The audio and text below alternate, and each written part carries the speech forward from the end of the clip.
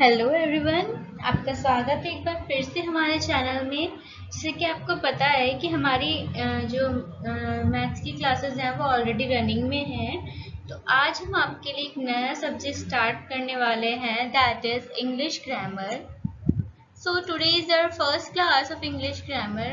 We will try to give you the best out of the best. हम कोशिश करेंगे कि आपको सबसे बेहतर प्रोवाइड करा सके एजुकेशन के पर्पज से।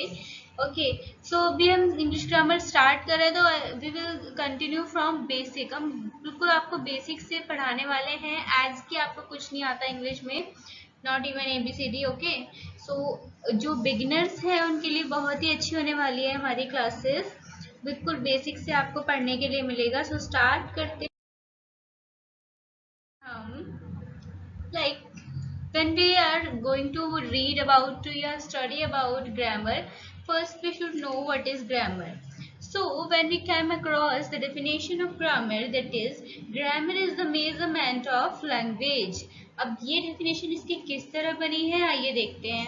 देखिए, ग्राम, जब भी आप कोई सामान लेने जाते हैं मार्केट में, राइट, तो कुछ भी आप खरीदते हैं तो कैसे बोलते हैं इनको, लाइक 1 kg दे दीजिए, ठीक है। तो 1 kg मतलब 1 किलोग्राम। तो ग्राम क्या है हमारा, वहां पर जो हम किलोग्राम यूज करते हैं वो सामान को मेजरमेंट करने के लिए यूज कर रहे हैं, ठीक है। और यहाँ पे जो हम ग्रामर यूज कर रहे हैं वर्ड, तो ग्राम और मतलब कि इसमें हम क्या यूज करने वाले, देखो इंग्लिश में पढ़ रहे हो आप, तो यानी कि जो ये ग्राम जो यहाँ पे यूज हो रहा है किसके मेजरमेंट के लिए यूज हो रहा है, हमारे इंग्लिश लैंग्वेज के लिए।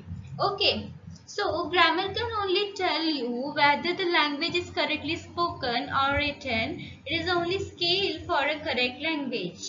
ठीक है, तो ग्रामर क्या है कि आपको एकदम मतलब ये बता सकता है, ग्रामर की हेल्प से हम ये पता कर सकते हैं कि जो भी आप इंग्लिश में बोल रहे हैं या लिख रहे हैं वो करेक्ट है या नहीं है। ओके, तो स्टार्ट करते हैं ना। देखिए, ग्रामर जो है वो इंग्लिश के ऊपर आपका है, पूरा इंग्लिश ग्रामर हम पढ़ने वाले हैं। तो स्टार्ट करते हैं बिल्कुल बेसिक से। अल्फाबेट, अल्फाबेट क्या होता है, हमारा सेट ऑफ 26 लेटर्स। अब कुछ लोग क्या है इसको अल्फाबेट्स लिखते हैं या बोलते हैं, बट वो इनकरेक्ट है ग्रामेटिकली, बिकॉज जो अल्फाबेट नाम है ना, ये पूरा सेट का नाम है, ग्रुप का नाम है, ठीक है। तो आप इसमें प्लूरल नहीं बना सकते हैं। ये 26 लेटर्स के पूरे ग्रुप को एक नाम दे दिया गया है, दैट इज अल्फाबेट। तो आप इसका डेफिनेशन क्या लिख सकते हैं, alphabet is a set of letters, 26 letters, ठीक है। अब देखिए 26 लेटर्स जो आपके A to Z हैं उनको हम 3 पार्ट्स में बेसिकली डिवाइड करते हैं। जैसे आप ब्रॉडली आप डिवाइड करेंगे तो 2 पार्ट्स में करते हैं जनरली, वॉवल्स एंड कॉन्सोनेंट में। लेकिन हम आपको यहाँ और डीपली जाके बताने वाले हैं कि हम इनको बहुत ही ज़्यादा डीपली अगर हम इसको देखते हैं तो ये 3 पार्ट्स में डिवाइड करते हैं। वो कौन कौन से होते हैं हमारे, vowels, semi vowels and consonant. Okay, so अब देखिए वॉवल सबको पता है, बहुत ही बेसिक वाली चीजें हैं, अगर आपको नहीं भी पता है तो हम बता देते हैं। देखिए वॉवल्स कौन कौन से होते हैं हमारे, पूरे अल्फाबेट के सेट में 5 हमारे पास वॉवल्स होते हैं, A E I O U, ठीक है। तो यहाँ पे क्या है, A E I O U हमारा वॉवल्स हो गए। तो इसमें इसके बाद जो सेमी वॉवल्स होते हैं हमारे, ठीक है, सेमी वॉवल्स ये हैं हमारे यहाँ पे, ये होते हैं हमारे पास 3, MWY, ये हमारे पास 3 सेमी वॉवल्स हो गए। अब इसके अलावा जितने भी आपके अल्फाबेट बचते हैं, ठीक है, रिमेनिंग लेटर्स जो हैं आपके वो होते हैं consonant. Getting my point? Okay, so after alphabet, alphabet को पता चल गया क्या होता है, 26 लेटर्स का सेट होता है। उसके बाद हम आते हैं, जब हम इन अल्फाबेट्स को ग्रुप कर लेते हैं एक जगह पे, ठीक है, ग्रुप कर लिया हमने और उस ग्रुप का एक मतलब मेरे सामने आ रहा है, लाइक PEN, ये हमने 3 लेटर्स लिए और इनको एक ग्रुप बना लिया, PEN एक साथ लिख लिया। अब इस हमें पता है कि इसको हम पैन प्रोनाउंस करेंगे, और पैन का मतलब हमें पता है कि पैन होता है, ठीक है, मतलब इसका मतलब हमें पता चल रहा है। तो ऐसे वर्ड्स, ठीक है, मतलब ऐसे ग्रुप ऑफ लेटर्स जिसका कुछ मीनिंग हो उन्हें हम बोलते हैं word. Okay, a group of letters which has a meaning is called a word. Example है आपका, देखिए PEN, पैन, ठीक है, यहाँ पे पेन दिख रहा है आपको, स्कूल, बुक एक्सेट्रा, ये आपके कुछ वर्ड्स के एग्जाम्पल हैं। बाकी आप जितने भी वर्ड यूज करते हैं सब इसी तरह से फॉर्म होते हैं, एक ग्रुप होता है लेटर्स का हमारा, ठीक है। देन कमिंग टू, अब वर्ड तो बन गए हमारे, लेकिन हम डेली जो अपना लैंग्वेज यूज करते हैं उसमें हम सिर्फ वर्ड से काम नहीं चलता है हमारा, है ना। तो हम फिर क्या करते हैं, उन वर्ड्स का भी एक ग्रुप बना लेते हैं, ठीक है। उन वर्ड्स का एक ग्रुप बना लेते हैं जिससे हमें कंप्लीट मीनिंग शो होता है, राइट। तो सेंटेंस क्या हो गया है हमारा, a group of words which express a complete meaning is called a sentence. यानी कि अब हम किस पे आ गए हैं, सेंटेंस पे। ये क्या है, ये क्या हो चुका है, जहाँ पे हमारे टू या two more than two words को हम कंबाइन करके ग्रुप बना के उससे कुछ मीनिंग एक्सप्रेस कराना चाहते हैं, ठीक है। तो हमारा सेंटेंस कहलाता है। एग्जाम्पल देखिए, ही प्लेज, यहाँ पे टू वर्ड्स है हमारे पास, ही एंड प्लेज। अब इन दोनों वर्ड से हमारा पूरा मीनिंग कंप्लीट हो रहा है, ठीक है। Okay, moving to next. अब देखिए सेंटेंस आपने स्टार्ट किया तो देखते हैं कि सेंटेंस को ना ब्रॉडली टू पार्ट्स में डिवाइड करते हैं, that is subject and predicate. So subject क्या होता है हमारा किसी भी सेंटेंस में, सब्जेक्ट मतलब लाइक जैसे कि हम अभी पढ़ रहे हैं इंग्लिश ग्रामर पढ़ रहे हैं, तो हमारा सब्जेक्ट क्या है, इंग्लिश ग्रामर, बिकॉज हम इसमें पूरे टाइम इंग्लिश ग्रामर की बात करने वाले हैं, राइट। सो जिसके बारे में हम बात करते हैं या फिर जो वो काम कर रहा है उसे हम सब्जेक्ट कहते हैं। ओके, तो डेफिनेशन देखिए इसकी, वन हु डज समथिंग यानी कि जो काम कर रहा है, और अबाउट हुम समथिंग इज सैड, या फिर हम जिसके बारे में बात कर रहे हैं या कोई भी किसी के बारे में बात कर रहा है, मतलब जो हमारा टॉपिक रहेगा वो सब्जेक्ट रहेगा। Okay, getting. नेक्स्ट है हमारा प्रेडिकेट। देखिए अब जो सब्जेक्ट के बारे में यानी कि हम इंग्लिश ग्रामर के बारे में जितना भी पढ़ने वाले हैं अपनी पूरी क्लासेस में, ये लगभग आपका होने वाला है 1 मंथ का कोर्स, तो हम जिसमें जितना भी पढ़ेंगे वो सब हमारा प्रेडिकेट हो गया। What does it mean, it means what is said about the subject is called predicate. यानी कि जो भी आप सब्जेक्ट के बारे में कहते हैं बोलते हैं वो हमारा क्या कहलाता है, प्रेडिकेट। एग्जाम्पल देखिए, राम किल्ड रावण, ठीक है। तो यहाँ पे हम किसके बारे में बात कर रहे हैं, राम इज आवर सब्जेक्ट, ठीक है। क्या किया राम, काम किसने किया है, यहाँ पे राम ने किया है। अब क्या काम किया है उसने, किल रावण, रावण को मारा है। तो जो भी काम उसने किया होगा वो हमारा हो जाएगा predicate. So Ram is subject and here kill Ravan is our predicate. So coming to next part. Okay, अभी हमने parts of sentences कर लिए हैं. Now moving to kinds of sentences. There are basically 5 kinds of sentences we have. First one is assertive sentence, interrogative sentences, imperative sentences, exclamatory sentences, and the last but not the least, optative sentences. Okay, ये हमारे पास 5 kinds of sentences आ गए हैं। अब हम इनको broadly discuss करने वाले हैं। So here we go.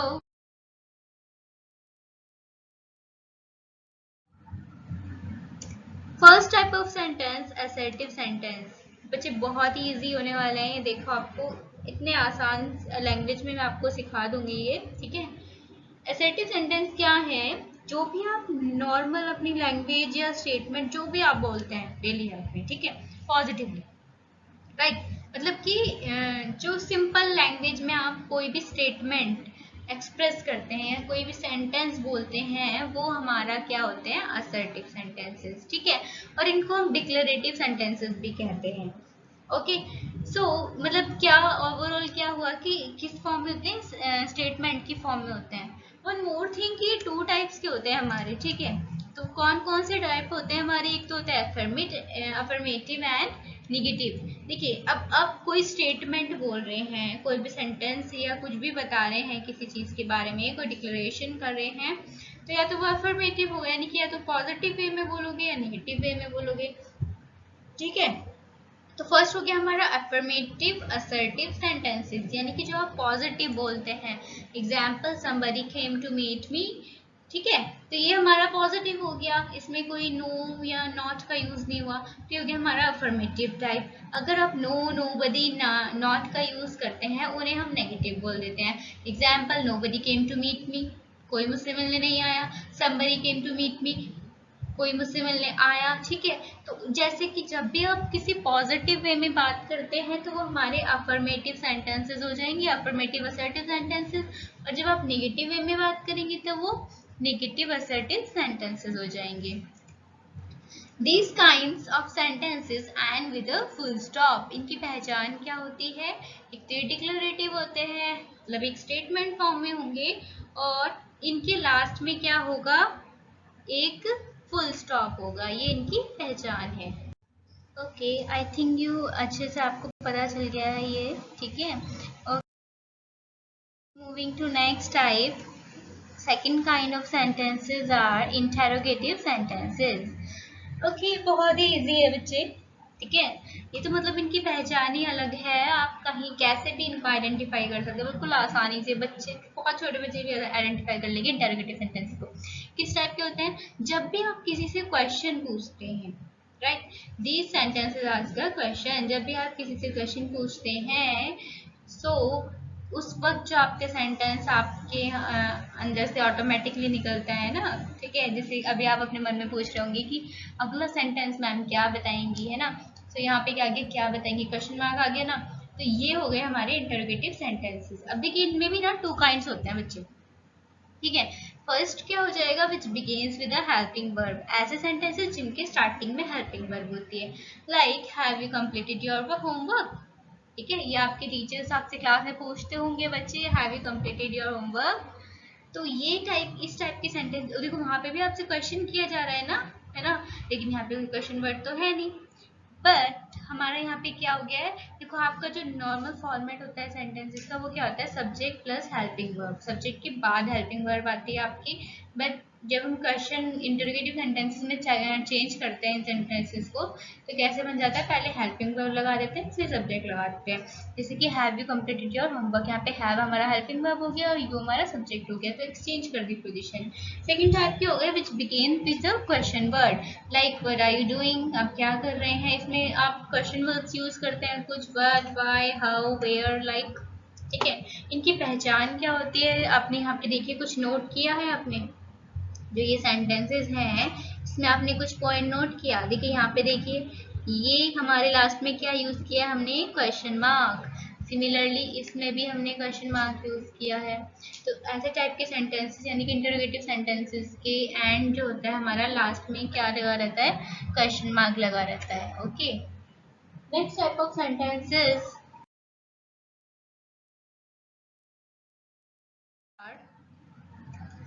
इम्पैरेटिव sentences. Imperative sentences क्या होते हैं? देखिए, these sentences express an order, request or advice। जब भी हम किसी को ऑर्डर देते हैं, रिक्वेस्ट करते हैं, एडवाइस देते हैं, उस टाइप के सेंटेंसेस को हम क्या बोलते हैं? Imperative sentences. Okay, in these sentences subject is silent and these sentences begins with a verb।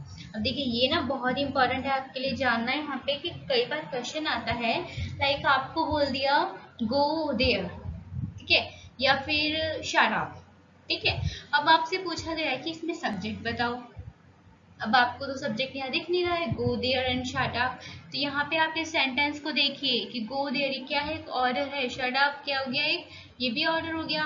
ठीक है, तो इनमें क्या होता है? हमारा सब्जेक्ट साइलेंट होता है। वो सब्जेक्ट साइलेंट क्यों होता है? देखिए, आप किसको रिक्वेस्ट करेंगे या किसको ऑर्डर देंगे? जो आपके सामने वाला इंसान होगा, राइट, उसी को तो आप बोलेंगे। कहीं आप बैठे हैं इंडिया में और आप विदाउट फोन, है ना, आजकल तो फोन चल रहा है खैर, लेकिन आप विदाउट फोन है, ऐसे बैठे हुए हैं, और कहीं पे लंदन में कोई है, और आप उसको थोड़ा ना बोलेंगे कि हाँ यहाँ से गेट बंद कर दो, ऐसे चुपचाप बैठे रहो, नहीं कहेंगे ना, आप सामने वाले पर्सन को ही बोलेंगे। तो ये अंडरस्टूड होता है इसमें कि सब्जेक्ट क्या रहेगा? ज्यादातर यू रहता है ना, सामने वाला पर्सन है आपका, क्या रहेगा? सब्जेक्ट। सो एग्जाम्पल देखिए आप, go there, please help me. These sentences also end with a full stop। ये भी full stop से end होते हैं और हमारे assertive sentences भी full stop से end होते हैं। But you can easily differentiate between them। ठीक है, आप दोनों टाइप में क्या आराम से डिफ्रेंशिएट कर सकते हैं, बिकॉज वो एकदम स्ट्रेट स्टेटमेंट होते हैं, और यहाँ पे क्या है? आप एडवाइस कर रहे हो या रिक्वेस्ट कर रहे हो, ऑर्डर कर रहे हो, तो डिफरेंस आपको साफ साफ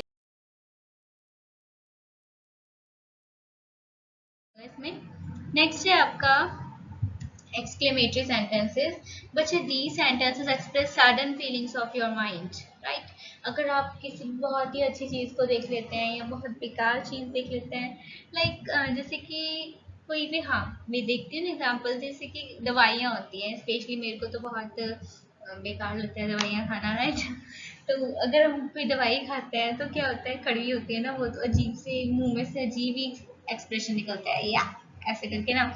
तो उसी टाइप की सेंटेंस जो अचानक से आपके अंदर से फीलिंग्स निकलती है ना किसी भी चीज़ के लिए, उन्हें हम बोलते हैं क्या, एक्सक्लेमेटरी सेंटेंसेस। वो एक्सक्लेमेटरी सेंटेंसेस होते हैं हमारे, नहीं sudden feelings of mind. Like आप बहुत कुछ अच्छा देख रहे हैं तो आपको क्या बोलेंगे, कैसे बोलते हैं, वाओ, है ना, ऐसे बोलते हैं। क्या कुछ वर्ड्स दिए हैं देखो हमने, एलास ओ, जब आप ग्रीफ या सॉरोज अपना शो करना चाहते हैं, किसी के लिए दुख प्रकट करना चाहते हैं, तो आप ये वर्ड यूज करेंगे, हुर्रे, आहा, हैप्पीनेस, यानी कि जब आप मैच वगैरह खेलते हैं और आप विन हो जाते हैं, कहते हैं हुर्रे, यिप यिप हुर्रे, ऐसे बोलते हैं ना, तो वो हमारे क्या है, एक्सक्लेमेटरी सेंटेंसेस होते हैं।